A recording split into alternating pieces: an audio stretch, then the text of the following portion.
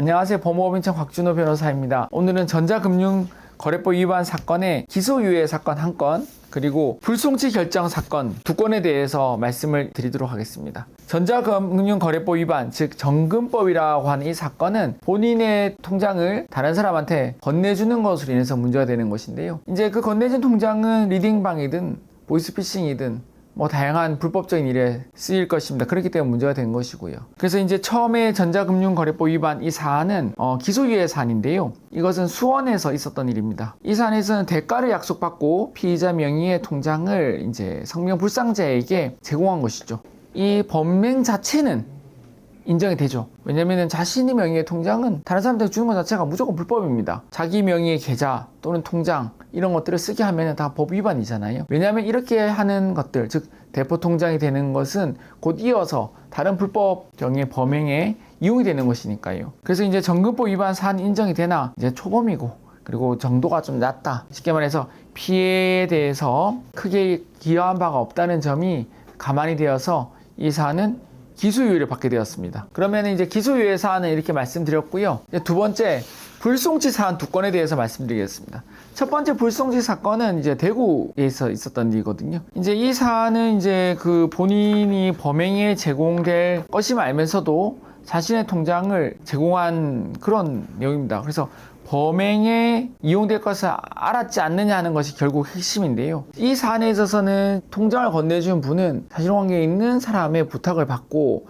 자신의 계좌로 이체된 돈을 건네준 것이 뿐이지 이 돈이 범행에 이용된 돈이 즉 범행 수익금이라거나 이런 거는 몰랐다고 하였습니다. 여기에 대해서 받아들여져서 이제 불송치가 나왔는데요. 그 이후에 보면은 혐의 사실을 부인하고 있고, 두 번째 부인하고 있는 사안에서 피의자의 혐의를 인정할 증거가 없다고 나오고 있습니다. 이 통장을 제3자한테 건네주고 그 돈 자체가 이제 다른 범행에 인한 수익금이면 맞으나, 그러나 피의자 입장에서 봤을 때 몰랐다는 점이 수사 과정에서 받아들여져서 그래서 불송치 결정이 나오게 된 것입니다. 이 사안뿐만 아니라 저희가 이제 다양한 사안에서 가족 중에 누군가가 유사수신이나 또는 토토든 또는 HTS든 아니면 사설거래소든 아니면 또 프리서버든 다양한 일들을 했을 때 본인만의 통장으로는 일을 진행하기 힘드니까 아내 통장이나 또는 친척 통장 또는 형제 통장 또는 부모님 통장을 쓰는 경우들이 정말 많이 있습니다. 이 사안, 방금 이 불송치 결정을 받은 사안은 그 중에 하나고요. 그렇다면 이제 이 모든 사안에 있어서 반드시 또 불송치 결정이 나오냐? 다시 말씀드리면 친척이나 또는 가족이나 누군가가 불법적인 일을 하는 것이 어렴풋하게 알 것 같은데 내 통장을 빌려줬다고 해서 다 불송치 결정이 나오냐? 반드시 또 그런 것은 아닙니다. 처음에 몰랐을 수도 있지만 이 통장을 빌려주는 기간 또는 돈을 찾아주는 기간이 많아지고 횟수가 늘어나게 되면은 무조건 불송치다 이렇게 장남들에게 힘든 것입니다. 각 케이스별로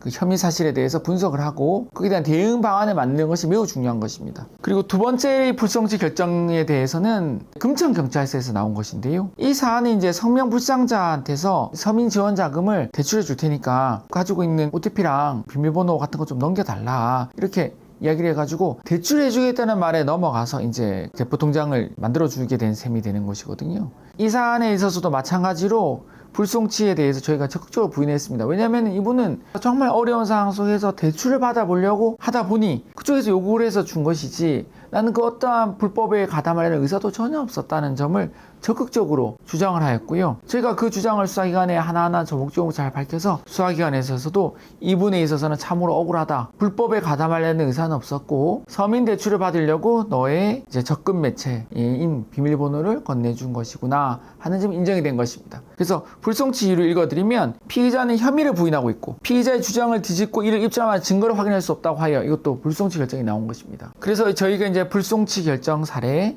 또는 기소유예 사례들을 이렇게 말씀을 드렸는데요. 이러한 불송치 결정 사례와 기소유예 사례가 있다고 해가지고 그 불법을 함부로 해서는 절대 안 되는 것입니다. 원칙적으로 자신 명의의 통장, 계좌 등을 어떠한 이유건 다른 사람한테 빌려주는 것 자체가 불법입니다. 하지만 정말 본의 아니게 가족의 부탁이나 또는 어떠한 다른 명목으로 대출을 받기 위해서건 자신의 명의의 이러한 비밀번호나 이런 것들을 이제 했을 경우에 있어서 억울한 점이 있다고 하면은 저희 변호사 사무실에 연락을 주시면 저희가 상세하게 상담을 드려서 저희가 앞서 말씀드린 3건의 사례처럼 억울함을 풀 수 있도록 저희가 적극적으로 저희의 성공 노하우와 열정으로 풀어드리도록 하겠습니다.